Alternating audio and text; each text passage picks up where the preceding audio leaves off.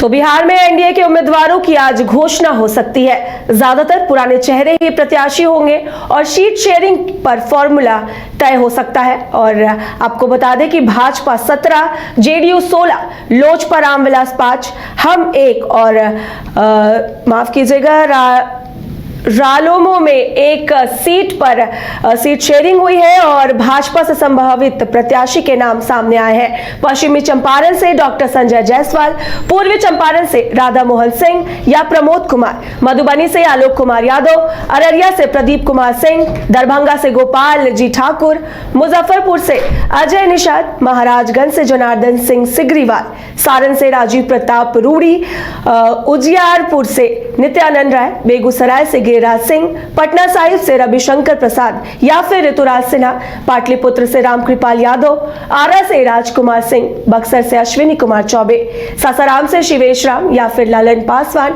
नवादा से विवेक ठाकुर और औरंगाबाद से सुशील कुमार नाम प्रस्तावित है और इन पर संभावना है कि ये प्रत्याशी हो सकते हैं।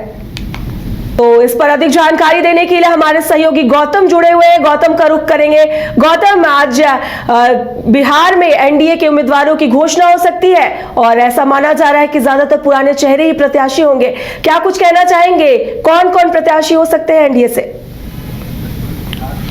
बिल्कुल, बिहार में जिस तरह से एनडीए के अंदर जो सीटों का बंटवारा है, जिसको लेकर अब यह तय हो गया कि पारस को एनडीए से लगभग आउट कर दिया गया है, पारस अकेले पड़ गए हैं और जो कमान लोक जनशक्ति पार्टी रामविलास को सौंपी गई है उसमें 5 सीट देने के बाद पूरा मामला क्लियर हो गया कि लगभग 17 सीटों पर भारतीय जनता पार्टी अपने प्रत्याशी खड़ा करेगी, 16 सीटों पर जेडीयू अपने प्रत्याशी को खड़ा करेगी और बाकी के जो 2 सीट हैं उपेंद्र कुशवाहा को 1 सीट काराकाट से दिया गया है, जीतन राम मांझी को 1 सीट दिया गया है।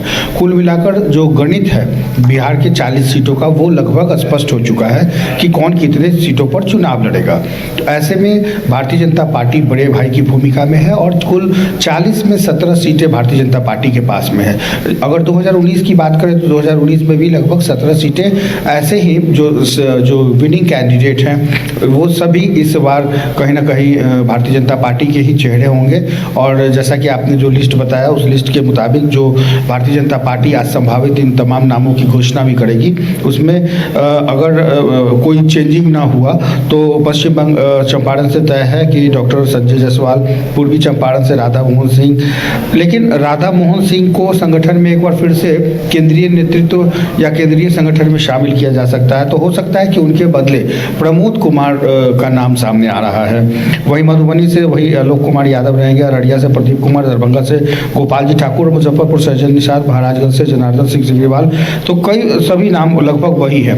एक नाम पर जो चर्चा चल रही है वो है सिर्फ पटना साहिब की, जहां पर रविशंकर प्रसाद को पहले राज्यसभा भेजा गया था, फिर उसके बाद लोकसभा का टिकट देकर 2019 में शत्रुघ्न सिन्हा के खिलाफ लड़ाई लड़ी गई थी, जिसमें शत्रुघ्न सिन्हा हार गए थे और फिर बाद में उनको उपचुनाव में आसनसोल से जीत मिली थी, जो टीएमसी के कैंडिडेट हैं। लिहाजा इस बार भी टीएमसी के कैंडिडेट के तौर पे आसनसोल से ही शत्रुघ्न सिन्हा रहेंगे, लेकिन भारतीय जनता पार्टी से रविशंकर प्रसाद का नाम हो सकता है कि बदल करके ऋतुराज सिन्हा का नाम दिया जा सकता है। इसलिए ऋतुराज सिन्हा आरके सिन्हा के बेटे भी हैं और संगठन में महामंत्री भी हैं, तो राष्ट्रीय स्तर पर इनकी पहचान है। और चूंकि कायस्थ जाति से आते हैं तो पटना साहिब कायस्थ बहुल क्षेत्र माना जाता है, जहाँ पर घनी आबादी है और इसके अलावा जो अलग अलग विधानसभा क्षेत्र पड़ते हैं पटना साहिब के, उनमें कहीं ना कहीं पटना साहिब का जो कैलकुलेशन है उसमें कायस्थ समाज के लोगों को ही भारतीय जनता पार्टी टिकट देगी, इसलिए क्योंकि यहाँ पर इस समुदाय के लोग ज़्यादा हैं।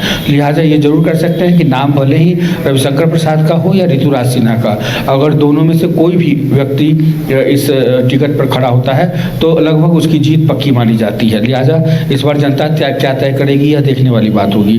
लेकिन पाटलिपुत्र सीट से फिर वही चेहरे रामकृपाल यादव होंगे और रामकृपाल यादव बड़े चेहरों में शुमार हैं, क्योंकि आपने देखा कि आरजेडी के बहुत ही करीबी रहे हैं और लालू प्रसाद यादव के बहुत नज़दीकी रहे हैं, लेकिन मीसा भारती के टिकट दिए जाने के बाद जिस तरीके से नाराजगी जाहिर करते हुए 2019 के चुनाव में रामकृपाल यादव ने फतह हासिल की थी, इस बार भी संभवतः यही होगा। और 14-19 के बाद लगभग 24 का चुनाव भी रामकृपाल यादव ही पाटलिपुत्र सीट से लड़ेंगे, क्योंकि यह यादव बहुल क्षेत्र है और लालू प्रसाद यादव के गढ़ होने के बावजूद यहाँ पर रामकृपाल यादव सेंधमारी करने में सक्षम है। तो लिहाजा इस बार रामकृपाल यादव का नाम पाटलिपुत्र सीट से होगा। आरा संसदीय क्षेत्र से RK सिंह का जो नाम है, जो केंद्रीय मंत्री भी रहे हैं, और इसलिए क्योंकि इन्होंने इच्छा जाहिर की थी शायद इस बार चुनाव न लड़े, तो इसलिए इनके चुनाव न लड़ने वाली बात पर कहीं ना कहीं जो पवन सिंह हैं उन्होंने भारतीय जनता पार्टी ज्वाइन किया था और वो चाहते थे कि आरा से चुनाव लड़े, लेकिन ऐसा नहीं हुआ।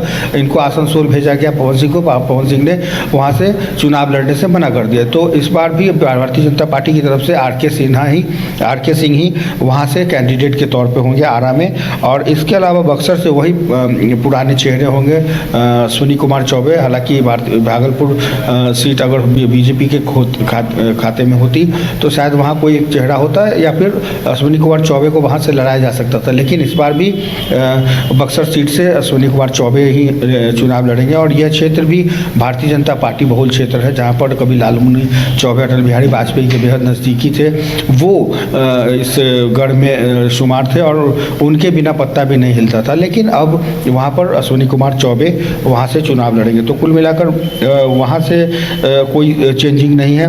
हाँ, सासाराम से शिवेश राम या ललन पासवान, दोनों में से कोई एक व्यक्ति सासाराम की लोकसभा सीट पर इस बार प्रत्याशी होगा। यह नाम दोनों में एक ही फाइनल होना बाकी है। औरंगाबाद से सुशील कुमार सिंह पहले भी बीजेपी के कैंडिडेट रहे हैं, जीतकर लोकसभा पहुंचे थे। इस बार भी सुशील कुमार सिंह का नाम है।